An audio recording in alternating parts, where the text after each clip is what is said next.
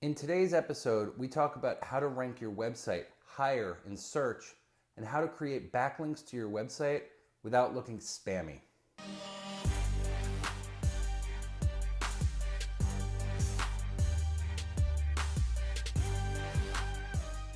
Hey everybody, welcome to episode 2 of Mackey Digital's Q&A Tuesday. I'm your host, Sean Mackey, and on this show we talk about different ways that you can make your website and online marketing better, faster, and more profitable for your business. We've got a good show today on episode 2. We're going to be talking about a subject that's been of great use to me, SEO, search engine optimization. But before we get into the show, I want to first of all thank all you that have been watching the show, shared last week's episode. Very excited to be doing the show on a more regular basis. We're going to try it for a little while, doing it on a weekly basis, Q&A Tuesday. But as the show evolves, potentially we may, switch it around, do things like Tech Tip Thursday, or maybe, who knows what other wild and zany things we come up with on the Mackey Digital Show. So, I think it's going to be fun. I really appreciate everyone watching and sharing and leaving comments. Let us know what you want to see more of, what you like, don't like, things like that. Really appreciate it because it helps us figure out what you want to see more of. So, without further ado, let's get into the show. Today's question comes from Sign Your Name Net, and Sign Your Name Net writes, in addition to blog write-ups with links, are there other ways of creating external backlinks to my site or shops without becoming spammy? Sign Your Name Net, this is a great question. Just first off, I want to give you a shout out. Appreciate you leaving a question for the show. If you guys don't know Sign Your Name Net, check them out. Great company based out of New Jersey, and what they do is they print people's names on gift items. So, anything from a coffee mug to a shirt or a bag. They'll do these really neat mosaic sort of square tiles with whatever name you want on them. And they sell them through their shop. So super cool service. Definitely recommend you check them out. Somebody I've gone back and forth with on Instagram for a while and just really admire their work. So really appreciate the question. Before we get into answering this question, though, I want to back up a little bit. So let's do a rewind, because I want to give a little context to people on why backlinks are important. And to do that, we really need to take a look at SEO. So let me give you the 2 or 3 minute overview, sort of preview of SEO, why it's important, and then we can get into the question. So SEO at its most basic form is really the process of ranking a website high in the search engine. So for example, if somebody types blue car into Google, effective SEO would make you show up at the top of the search in the result page that shows up. Now, Google uses about over 200 different factors to evaluate, what to use to what criteria to put a website at the top versus second, third, or on the 100th page. But it's important to note these factors are really split into 2 separate categories. You have on-page and off-page. Now, on-page would be things like optimizing the title of the page, the images or the body copy, things of that nature. But off-page means, things that are off of the site, things that are out of your control, such as, people talking about you on social media, or backlinks. Now, backlinks, the subject of today's question, are really super important because people figured out they could rank high basically by doing good on-page optimization and then setting up a ton of backlinks pointing back to their site. So how did they do that? Well, what they did was they placed, their desired keyword, let's say blue car, as the anchor text of a hyperlink. So when you clicked on a link and it took you back to the page, it would register as more relevant for Google in terms of that keyword and ranking for that keyword. And that's really how link spam was born and thrived, is people would, use automated programs to put out their link on thousands of sites, either, via comment spam or link will spam or profile spam, trackback spam. There's a million different ways it was done. And this actually was a pretty effective strategy, if you were willing to go that route. It's kind of considered black hat or gray hat, meaning, not really ethical.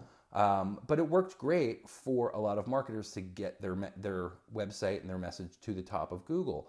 Until about 2011, 2012, when Google implemented a couple of algorithm changes like Panda and Farmer and other updates that really squashed this.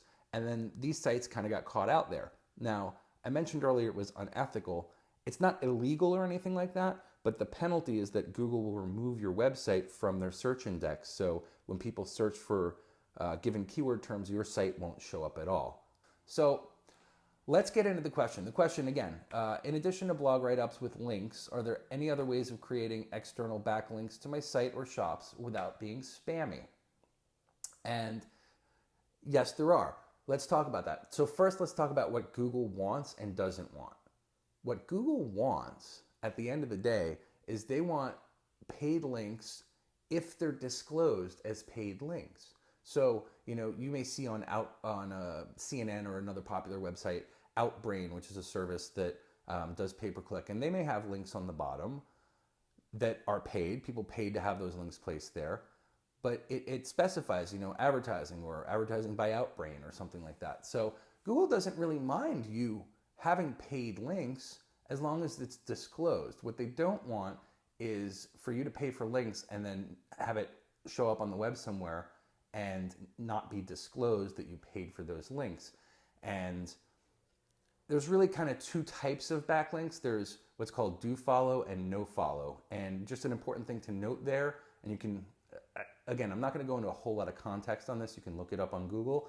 But the thing to note is that do follow links are more valuable because they pass what's called PageRank as opposed to a no follow link, which a lot of advertising links are, because it just doesn't have as much weight in the eyes of Google.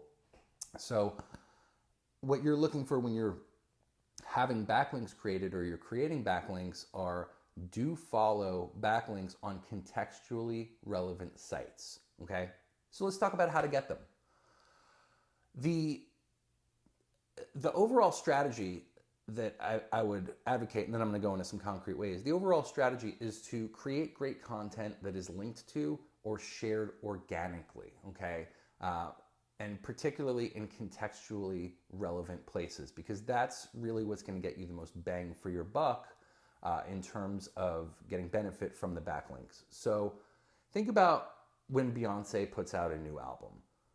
And she may, share a teaser on her YouTube channel, for example. Well, a lot of people are going to talk about that. In other words, PR firms are going to write about it. Bloggers are going to write about it. Different news sites are going to write articles and link to it and embed that video. They're going to talk about it in a very organic sense. That's really what you're looking to achieve. So think in terms of how can I create content that is great, that adds value, and that people want to share, because that's what's ultimately going to get you links in today's, online marketing SEO marketplace. So different ways that you could go about doing that. Some of them are guest posting. So for example, find somebody in your niche or in your specific industry that has a blog, that has a following, and ask them if you can guest post. And then at the bottom of that guest post, you can put a subline, say this article is written by so-and-so with a link back to your site, and maybe even some, descriptive information where you can control that anchor text and make it containing the keyword that you want to rank for. Now, you don't want to have all of your links out there just be your keyword, because that can look kind of spammy, but that'll sort of fill itself out naturally. People will, as you get a larger quantity, people will write different things in there. So particularly if you're on contextually relevant sites where you're guest posting, I think it's a good idea to, 70-80% of the time, make that keyword text relevant to whatever keyword term you're searching for. Comment on industry related blogs, in particular, if you're selling, customized goods and you're posting on a website about cars, it's not really contextually relevant. But if you're, posting on guest blogs of people that are in a similar industry, maybe they're in the apparel industry, maybe they're in the gift giving industry, these things are all, in my experience, taken into account by Google. So commenting on industry related blogs and getting do follow links on those blogs, I think will go a long way and be a great place for you to get some more link juice there. Getting mentioned online, creating good content, as I mentioned earlier, results in getting write-ups, getting mentioned on different places, such as, hey, this show, on this show, you're going to get a backlink back to your site. You're going to get a shout out, and, some of the different places we put it up. So, it's just a case of getting out there and hustling, right? And getting exposure in different places where people will write about you, and how to do that.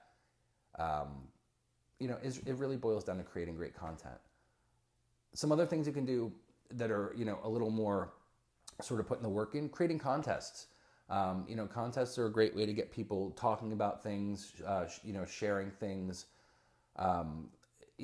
incentivizing people to share your stuff. Again, this gets into an area where you really want to research it and make sure, both in terms of legality and Google compliance, that everything's copacetic. But having a contest where you have people, share images for a chance to win XYZ, can be a great way to get a lot of exposure for your site, for specific pages of your site, for specific sections of your site, okay? So my encouragement is to also think about backlinking, pardon me, think about backlinking individual subpages, not just your homepage, okay? So how can I optimize my, mugs for sale section for given keywords related to that? How can I optimize my, maybe you have a cooking apron.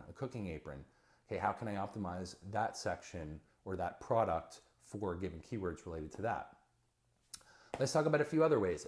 PR, PR and doing events is a great offline tactic that you can use to drive backlinks online. So if you have an event, you have people, coming, writing about it, talking about it, it's certainly an open forum for you to request, hey, blog about this, XYZ. Photo sharing is another fantastic way. I know Sign Your Name Net has a lot of awesome photography and has a really great Instagram page. That photography could potentially, with a little marketing spin, be shared and turn into a lot of, a lot of backlinks if it was done right. A strategy could be, if you have a piece for a person named Beth, targeting a whole bunch of people named Beth and getting them to share it, So really hustling and using these different sort of areas I'm throwing out and thinking about how you can apply your own twist to it to execute given your industry. Video promotions are another way that's fantastic. You can create how-to videos, explainer videos, entertainment videos, utility videos. One of the examples I like to use a lot is Home Depot. Home Depot does a beautiful job of using allure by creating how-to videos. So for example, they have one where they teach you how to cut a hole in your picnic table and put sort of a base in it so you can put some ice in it and put your drinks for your summer barbecue. Well, that's a fantastic idea, and it's something that would be valuable and contextually relevant to a potential customer of Home Depot. So what happens? The person watches the video, they're excited and happy about that because they got something of value, and then maybe they'll write a blog post about it, maybe they'll talk about it to their friends, but ultimately, Home Depot's making a play for the sale. They want the person to take the next step and go to Home Depot, where coincidentally they have all the materials for sale to make that individual do-it-yourself item. So again, really good for sales drivers, video promotions, but can completely be used. You can drop links in the YouTube comments and such. So it can be another viable source of backlinks for you, particularly if you're having brand ambassadors or other folks go out there and create videos using your products, using your services, sharing selfies, things of that nature. Business reviews, again, this is just another way to get more backlinks. You have people talking about you, maybe do a fan spotlight or a write-up on your business, what your business is about. You can go out locally and approach different people in your industry. People that write news, they're always looking for the next scoop. So if you can position something that you're doing, maybe it's a new product, maybe it's a new feature, maybe it's a training session that you're doing. If you can position that as contextually valuable to somebody that writes reviews about businesses or writes stories about businesses, they'll certainly include a link back to what you do in the story. Okay. I'm just going to give you a few more ways. We're going to go into some detail here because this is a question that again, I'm really passionate about SEO. It's been something that served me well since I stumbled on it in 2007, 2008.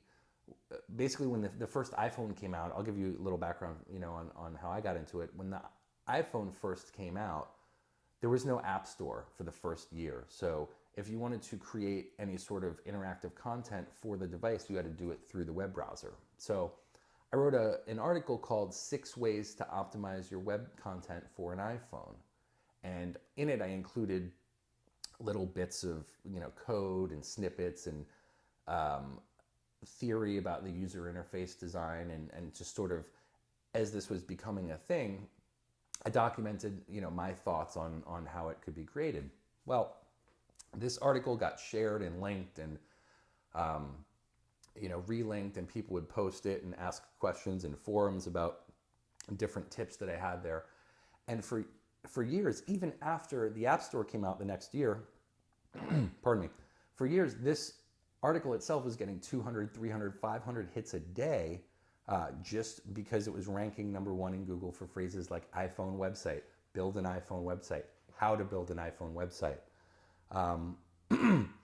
And I guess to take it one step further, just to give you guys a little more value, the mistake that I made there was I was targeting a keyword that they weren't in the buyer's mindset. In other words, they were just developers looking for information on how to build their own iPhone website, and then they were going to take the code and move on the way.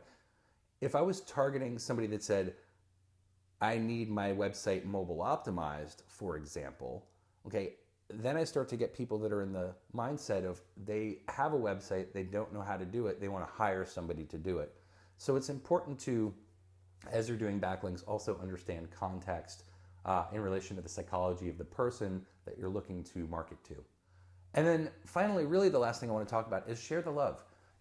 I know Sign Your Name has a blog, and they post different pieces that they do. I would love to see, as I was looking at it, I would love to see more content there, more stories about maybe the meaning behind it. So if it was something about the Jersey Shore, for example, talk about the trip that you had there, talk about the context behind why that piece was made. I think that people that look at companies love to get context, love to get content and value, behind the scenes footage, things that show them meaning behind why something online was created, is very useful. But also, if you are using, so let's use the example of Jersey Shore. If you're taking photographs from different stores along the shore and using that to build a piece that says Jersey Shore, why not go into each one of those stores and do a little write-up on them, or include a list of all of those stores and link out to them, share some love with them, because a couple of them will probably respond positively to that and link back to you, or mention you or include you somehow online. So the internet's about freedom of information, and it's about sharing information. So my encouragement is, if you want people to link back to you in general, link back to them, share the love a little bit. And if all else fails, just write some clickbait. I mean, it works out well for all of these, all these social sites I see today. They'll do, this guy did this, and you won't believe what happened next, or he did this, and can you believe? You'll never. What did I just say? You'll never. You won't believe what happened next. What I just said. These headlines are called clickbait, and what they do is they entice people to click through to kind of figure out what the article is about or what the content is about. It's something that, a couple of years ago, if you'd have said to me, this is going to become a thing, I would have laughed and said you're crazy. But it's something that a lot of companies and bloggers are doing nowadays, because it does work to get people to read your content. So create some interesting articles, try experimenting with some clickbait headlines, see if you can't get people to click through, read the content. If it's good, valuable content, they'll share it, and voila, you have some more backlinks. So I appreciate you guys watching the show. If you are interested in submitting a question, you can either tweet us at Mackey Digital or send us a message on Instagram, and we will we'll review your question. Hope to get you on the show. Today's question of the day: what's the funniest clickbait article you've ever seen. I appreciate you guys watching. Hope to see you in the next video. Have an awesome day.